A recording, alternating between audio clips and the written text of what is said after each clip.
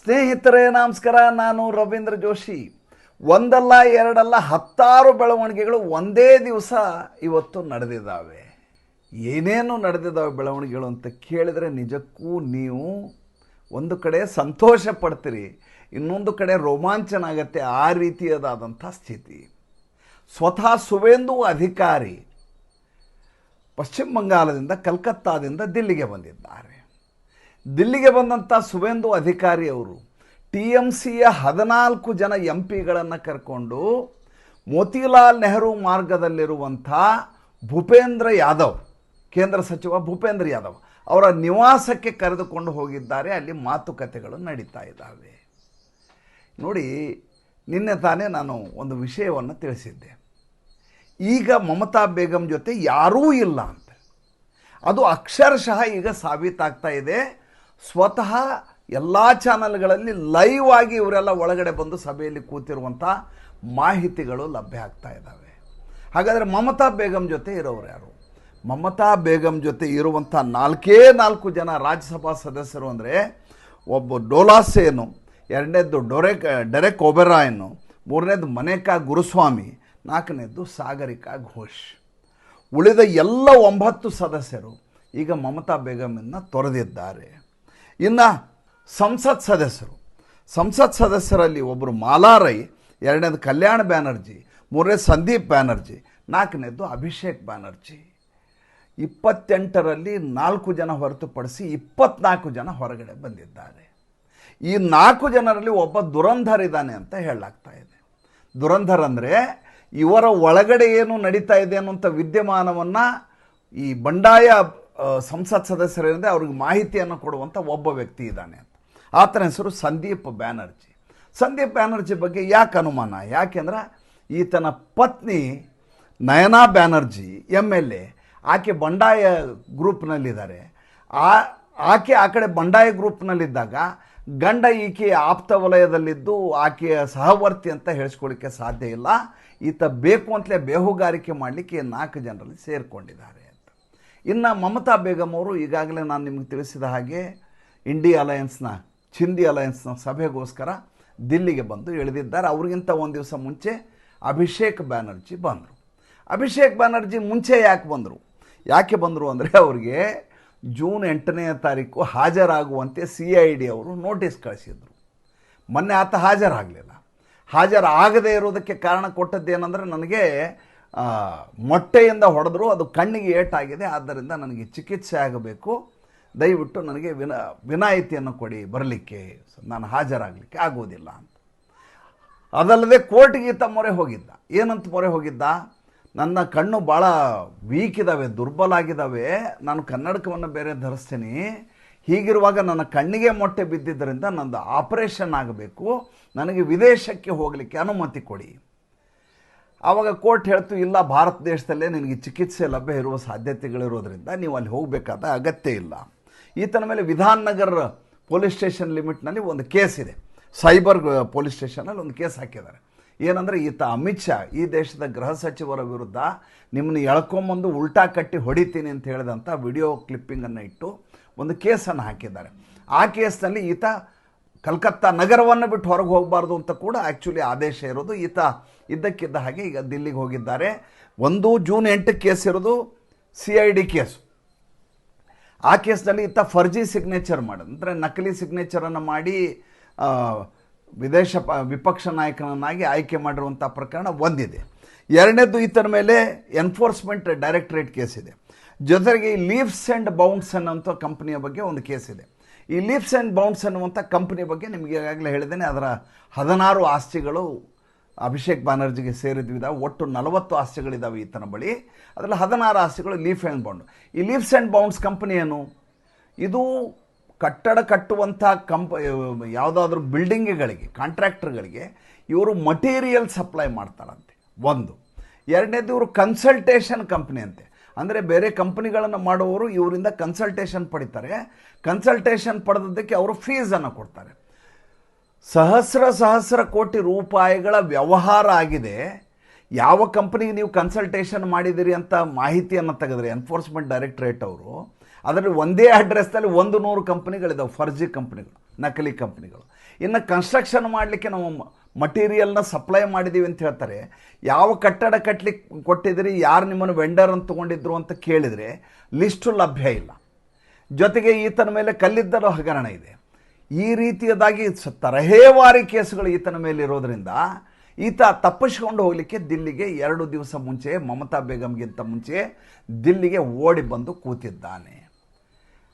ಬಂದ್ರಲ್ಲ, ಬಂದ ಮೇಲೆ ಮಮತಾ ಬೇಗಂ ಅವರು ಯಾವಾಗಲೂ ಅವರು ಭೇಟಿ ಆಗ್ತಾ ಇರೋದು ಸೋನಿಯಾ ಗಾಂಧಿ ಅವ್ರನ್ನ ಫಸ್ಟ್ ಭೇಟಿ ಆಗ್ತಾ ಇದ್ದದ್ದು. ನೀವು ಇಲ್ಲಿಯವರೆಗೂ ಗಮನಿಸ್ತಾ ಬನ್ನಿ. ಅವರ 2 ಚರ್ಯಗಳಿದ್ವು. ಏನಂದರೆ, ಒಂದು, ಹೊರಡೋಕ್ಕಿಂತ ಮುಂಚೆ ಕಲ್ಕತ್ತಾದಲ್ಲಿ ಪತ್ರಿಕಾಗೋಷ್ಠಿ ಮಾಡ್ತಾಯಿದ್ರು.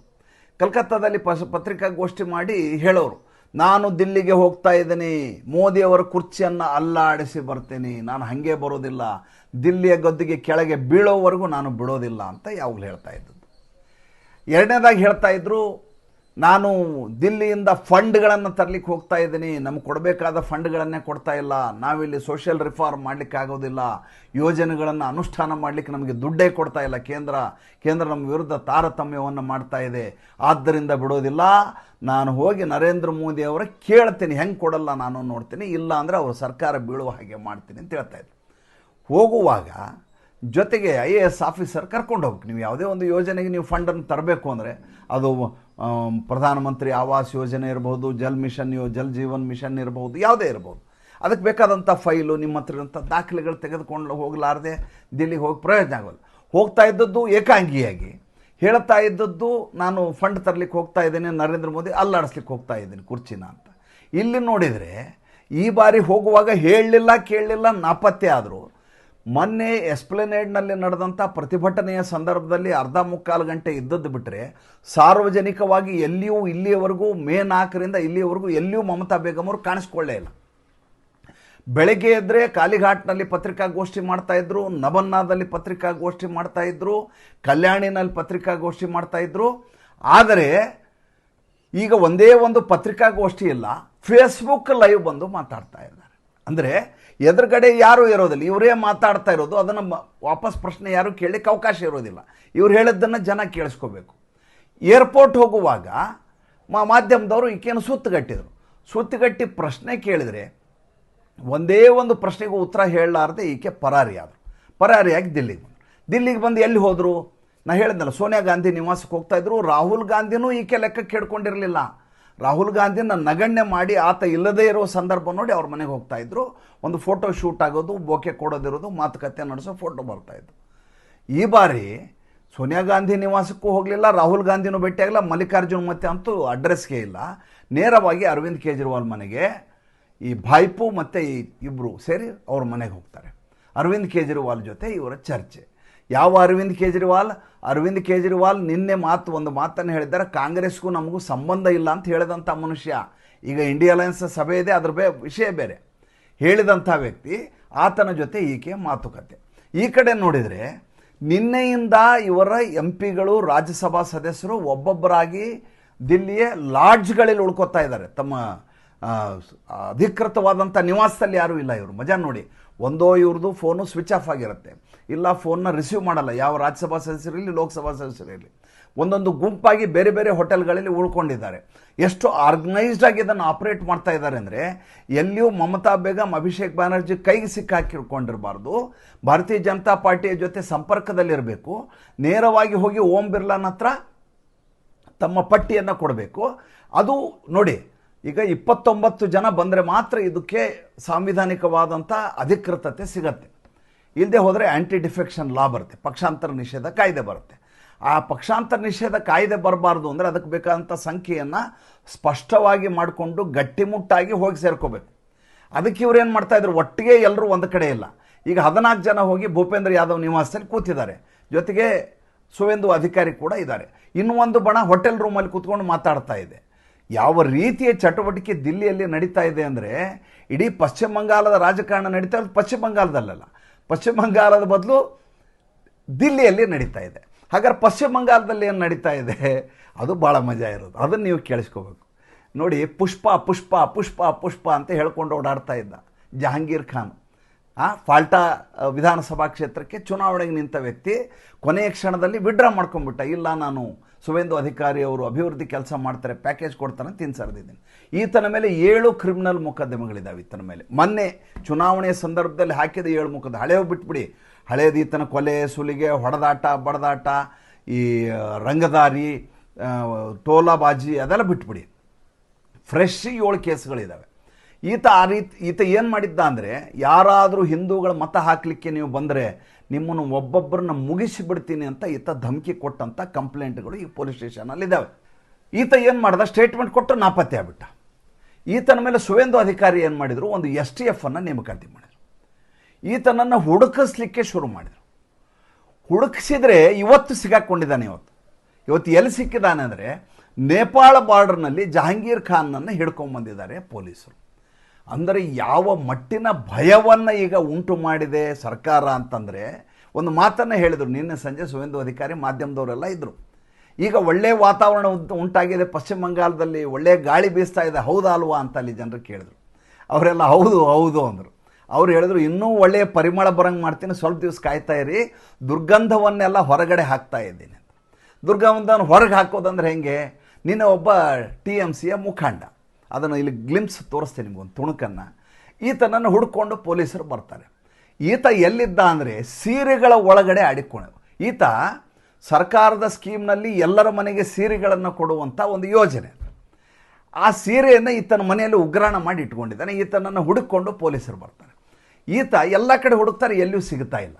ಕೊನೆಗೆ ನೋಡಿದರೆ ಈ ಸೀರೆಯ ಥಾನ್ಗಳಿರ್ತಾವಲ್ಲ, ಆ ಗಂಟಿನ ಮಧ್ಯೆ ಈತ ಸೇರ್ಕೊಂಡಿದ್ದಾನೆ. ಅದರ ವಿಡಿಯೋ ಇದೆ, ಇಲ್ಲಿ ನೋಡಿ. ಇನ್ನೊಬ್ಬ ಮಂಚದ ಕೆಳಗೆ ಆಡಿಕೊಂಡಿದ್ದರೆ ಆತನೇ ಎಳ್ಕೊಂಬಂದರು. ಮತ್ತೊಬ್ಬನ ತಲೆ ಬೋಳಿಸಿ ಸೊಂಟಕ್ಕೆ ಹಗ್ಗ ಕಟ್ಟಿ ಜನ ಮೆರವಣಿಗೆ ಮಾಡಿ ಕರ್ಕೊಂಡು ಹೋಗ್ತಾ ಇದ್ದಾರೆ.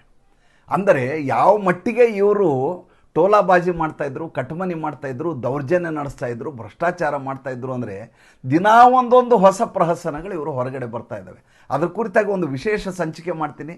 ಜೊತೆಗೆ ಇಂಡಿಯಾ ಅಲಯನ್ಸ್ ಸಭೆ, ಅದರ ಮಾಹಿತಿಯನ್ನು ಕೊಡ್ತೀನಿ. ಮುಂದಿನ ಸಂಚಿಕೆಯಲ್ಲಿ ಮಾತಾಡೋಣ. ಈ ಸಂಚಿಕೆ ಹೇಗೆ ಅನ್ನಿಸ್ತು ದಯವಿಟ್ಟು ತಿಳಿಸಿ. ನಮ್ಮ ಮುಕ್ತ ಪತ್ರಿಕೋದ್ಯಮಕ್ಕೆ ಆರ್ಥಿಕವಾಗಿ ಬೆಂಗಾವಲಾಗಿ ನಮಸ್ಕಾರ.